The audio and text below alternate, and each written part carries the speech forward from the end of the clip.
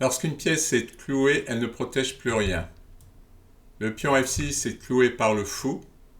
La tour blanche peut manger la tour noire. Le pion n'a pas le droit de manger, sinon il y aurait échec.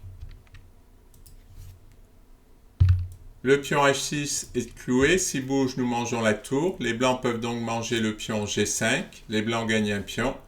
Et si les noirs mangent le fou, nous gagnons une tour et nous avons perdu un fou. Nous avons gagné la qualité plus un pion.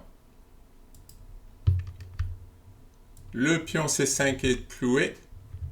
Il ne peut pas bouger sinon nous mangeons le fou. Nous mangeons le pion. Les blancs ont gagné le pion. Si les noirs prennent le cavalier, les blancs récupèrent le fou. Les blancs ont gagné un pion.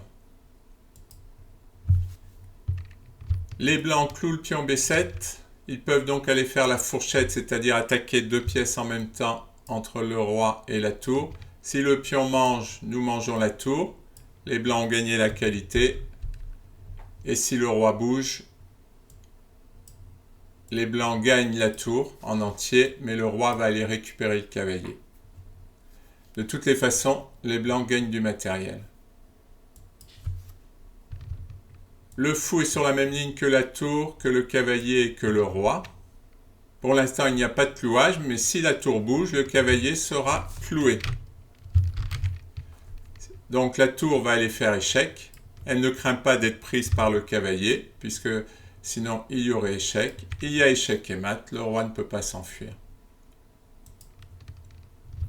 Le pion est cloué, il ne défend donc plus ce pion. La dame noire le mange et fait échec. Le pion ne peut pas manger la dame, sinon il y aurait échec.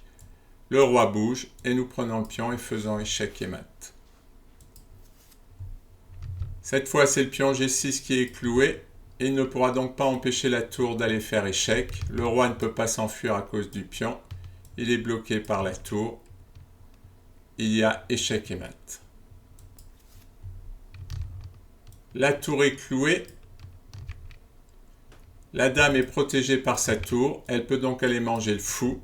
La tour ne peut pas la manger puisqu'il y aurait échec. Le roi ne peut pas la manger parce qu'elle est protégée par la tour. Il y a échec et mat, le roi ne peut pas s'enfuir.